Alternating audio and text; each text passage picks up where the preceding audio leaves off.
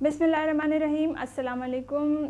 ऐसा था हमारा कराची और अब ऐसा हो गया है। आज आपको इसकी डिटेल दिखाती हूँ। हालांकि थोड़ा सा ये एरिया था जहाँ पर हम लोगों ने एक छोटी सी वीडियो शूट की है, लेकिन उसी से इतनी डिसअपॉइंटमेंट हुई है कि नीचे चलना मुश्किल हो रहा है।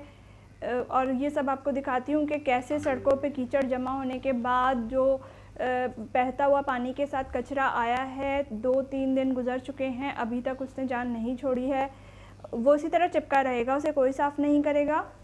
ये आप घरों के आगे भी देख लें, उसी हिसाब से लोगों का भी रवैया चेंज हो गया है बिल्कुल, कि लोग जो है वो अपने घरों का कचरा निकाल निकाल के बाहर फेंकते हैं, कूड़ा करकट फैलाते हैं और बिल्कुल भी ख्याल नहीं करते कि इससे क्या इम्पेक्ट पड़ रहा है शहर का और हम किस आबादी में रह रहे हैं, कहाँ रह रहे हैं। ये एक पाकिस्तान का सबसे बड़ा और सबसे डेवलप्ड और सबसे ज़्यादा रेवेन्यू जनरेट करने वाला शहर है। और आप इसका हाल देखें कि मवेशी यहाँ पर सड़कों पे नज़र आ रहे हैं, बेतहाशा आपको गाय नज़र आएंगी और लोगों ने अपने कचरा जो फेंका होगा उसमें से वो चुन चुन के खा रही होंगी, बिज़ी होंगी। और आपको गाड़ी चलाते वक्त बहुत ध्यान रखना पड़ेगा कि कोई आपके गाड़ी को जगह मिलती है या नहीं मिलती। इसके अलावा कचरे का आप हाल देख लें कि आधा जो हिस्सा है सड़क का वो उन्होंने बिल्कुल कवर कर लिया है। अब आपके लिए सिर्फ आधी जगह बची है जहाँ से आपको गुजरना है, और सड़क के दूसरे किनारे पर भी यही हाल है। अच्छा, फिर अगर हम नालों की सफाई की बात करें तो बहुत शोर उठता है इसका कि नालों की सफाई की गई है। और होता क्या है कि नालों में से जो कचरा निकाला जाता है वो सिर्फ वहीं पर ही किनारे पे छोड़ दिया जाता है, थोड़ी देर के बाद वापस उसके अंदर दोबारा से वही हाल। और अगर हम बात कर लेते हैं यहाँ पे अंदर घरों के आगे गलियों की, तो उनका तो कोई हाल ही नहीं है। कीचड़ जमा जो होती है पिछले साल से जमा हुई थी, उसने सड़क को बिल्कुल छुपा दिया था, कवर कर दिया था। थोड़ी बहुत सड़क बाहर आना शुरू हुई थी कि अब ये दोबारा से बारिश हो गई है, उसके साथ जो ऊंचे इलाकों से यानी कि पहाड़ों पर से कचरा बहता हुआ आता है वो यहाँ पर चिपक जाएगा और उसे कोई साफ़ नहीं करेगा, हवा से इधर से उधर उड़ता रहेगा। ये इलाके वो इलाके मैं आपको दिखा रही हूँ नॉर्थ नाज़िमाबाद के, जो एक बहुत ज़्यादा पॉश एरियाज़ हैं, अच्छे वेल ऑफ लोग रहते हैं, एजुकेटेड लोग रहते हैं यहाँ पे। जिस शाहराह नूरजहाँ का मैंने अभी आपको व्यू दिखाया है, इसके बारे में भी आपको बताती हूँ।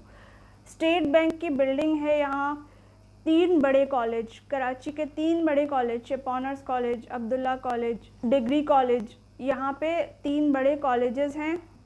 2 स्टेडियम है, एक फ़ुटबॉल स्टेडियम है, एक क्रिकेट स्टेडियम है जो कि बहुत ज़्यादा मशहूर भी रहा है, सूबाई वज़ीर भी रहे हैं उसके रूह रवां, लेकिन कोई फ़ायदा नहीं है, किसी भी चीज़ का कोई फ़ायदा नहीं हुआ।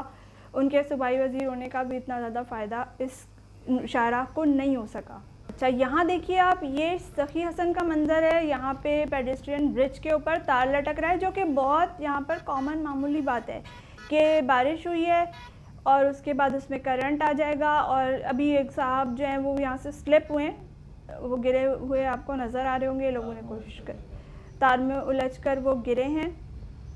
ना इंतज़ामिया जागती है, ना अवाम जागते हैं, ना इदारे जागते हैं, कोई पुरसाने हाल है ही नहीं। इस वक्त पूरे मुल्क में सबसे हसीन मौसम कराची में हो रहा है, हल्की हल्की बूंदाबांदी होती रहती है, टेम्परेचर भी अच्छा हो रहा है।